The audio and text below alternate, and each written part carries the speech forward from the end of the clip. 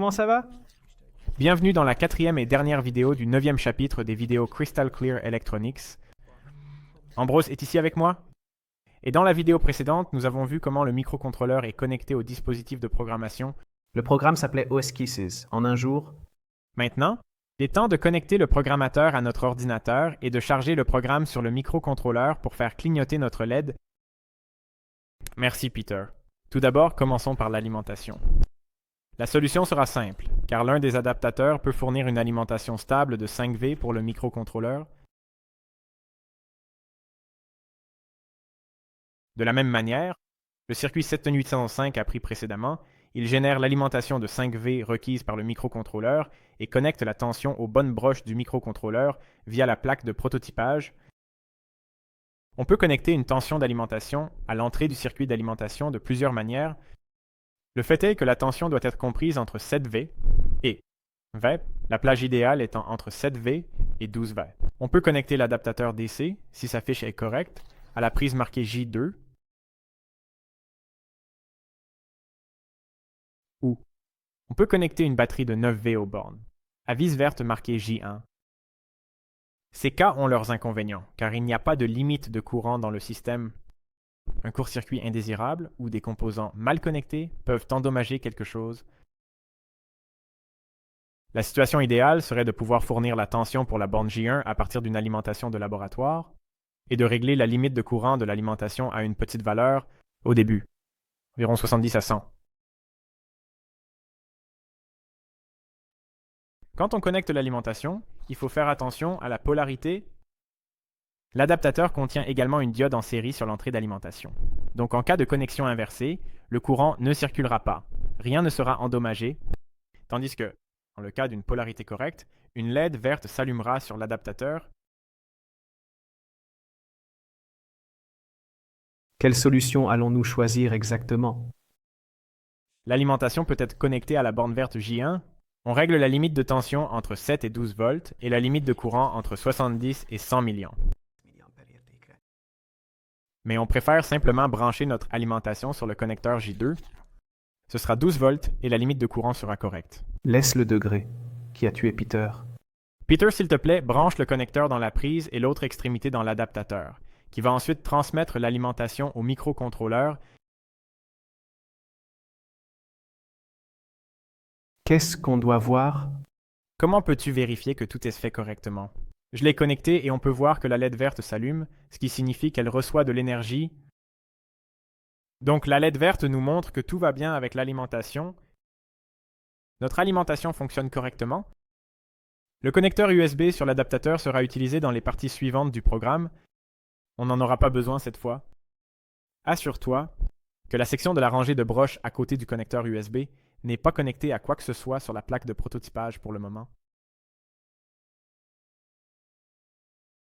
Connectons les LED et faisons-les clignoter.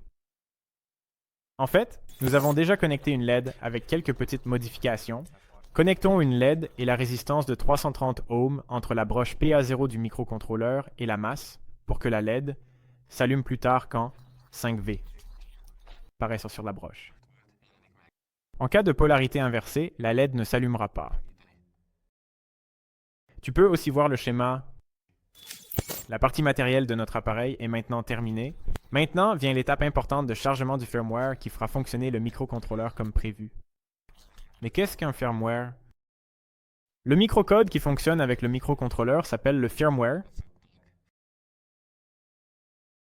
Pour charger le programme, la société Atmel nous fournit un environnement de développement qui peut être installé sur le PC. L'environnement de développement, c'est le logiciel lui-même dans lequel le programme est écrit. C'est ici qu'on écrit les instructions pour le charger sur le microcontrôleur. Je vais connecter ça ensemble.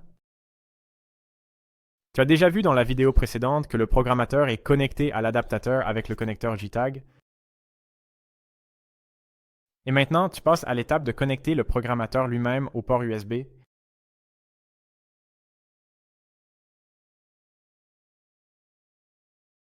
Est-ce que je le dis bien?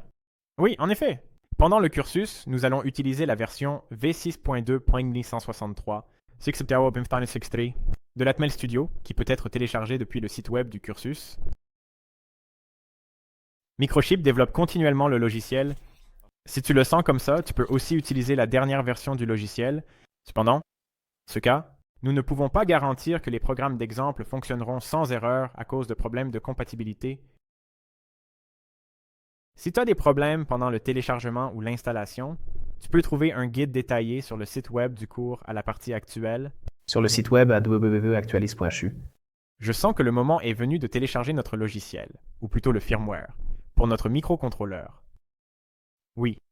Pour l'instant, nous n'écrirons pas le code. Nous allons utiliser un code préécrit pour simplifier les choses. Le projet qui contient le premier logiciel compressé peut être téléchargé depuis le site web.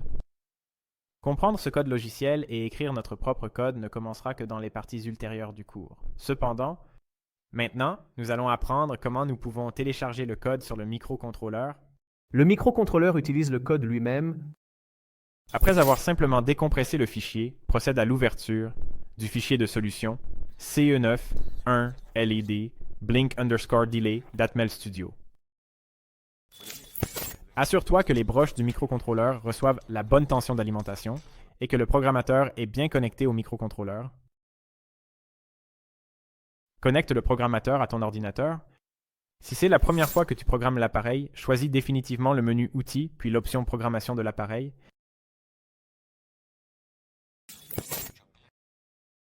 Fixons les paramètres de notre système ici. Dans le menu Outils, nous devrions choisir l'Atmel ICE. C'est le type de notre débogueur. Comme appareil, choisissons l'Atmega 16. Voici le microcontrôleur lui-même, que nous avons étudié auparavant. Pour l'interface, nous devrions choisir JTAG. Dans la vidéo précédente, nous avons brièvement parlé du fait que le connecteur est également standardisé. C'est ce que nous configurons ici. Ensuite, appuie sur le bouton. Appliquer pour lire des données directement depuis le microcontrôleur. On peut voir la configuration par défaut du microcontrôleur. Si on clique sur les fusibles dans cette fenêtre, ici, trouvons la fréquence du signal d'horloge avec le mot SUTXEL et changeons-la pour un signal d'horloge de 8 MHz provenant de l'oscillateur interne. Ne change aucune autre valeur. Pour que le changement prenne effet, clique sur le bouton Programmer, puis ferme la fenêtre de programmation de l'appareil. Le logiciel précédent peut être facilement chargé sur l'appareil si nous cliquons d'abord sur le bouton Démarrer le débogage, puis sur le bouton Arrêter le débogage. Tout est prêt, donc je vais l'ouvrir maintenant. Génial. On peut voir qu'on a tout fait correctement. Notre ordinateur ne renvoie aucun message d'erreur et notre LED clignote avec une période de 2 secondes. Le temps de période de 2 secondes est ouvert. C'est comme ça que c'est donné. C'est donné parce que, comme tu le verras dans le code, il y a un délai de 2 à 1000 ml. Après ça, nous sommes libres de mieux comprendre la programmation et de commencer à jouer avec d'autres périphériques. Avant de dire au revoir, partageons 2 conseils pratiques. Un conseil est de ne jamais utiliser de lettres accentuées ou de caractères spéciaux dans le nom ou le chemin des fichiers. Cela peut empêcher le firmware de se charger sur le microcontrôleur. Un autre conseil est de toujours faire des petites étapes en développant le programme. Si tu fais toujours de petits changements à partir d'une version qui fonctionne, il sera plus facile de repérer les bugs dans les nouvelles parties. C'est vrai non seulement pour le code, mais aussi pour le matériel. N'essaie pas d'ajouter 3 nouveaux périphériques au microcontrôleur en même temps, parce que tu vas probablement échouer la première fois. Mais peut-être que Peter comprend mieux cela, puisqu'il passe la plupart de son temps à programmer. Oui, sauvegarde tout et teste-le pour voir si c'est prêt après. Chaque petit changement dans ton programme. C'était la 4e et dernière vidéo du 9e chapitre des vidéos Crystal Clear Electronics, Microcontrollers 1. Souviens-toi, venons d'ouvrir une porte, et quand tu y entres, un tout nouveau monde coloré s'ouvre. La beauté de la programmation, c'est que seule ton imagination limite ce que tu peux accomplir. Nous espérons que tu as trouvé cette partie du programme intéressante et utile. N'oublie pas que tu peux en apprendre plus sur les bases de la programmation et des microcontrôleurs dans les vidéos suivantes. Le programme peut être téléchargé au format PDF depuis crystalclearelectronics.eu et en hongrois depuis crystalclearelectronics.chu. Tu peux trouver l'application mobile pour les plateformes Android et iOS sous le même nom. Tu peux aussi nous suivre sur Facebook pour les dernières nouvelles et à bientôt dans la prochaine vidéo. Au revoir. Au revoir.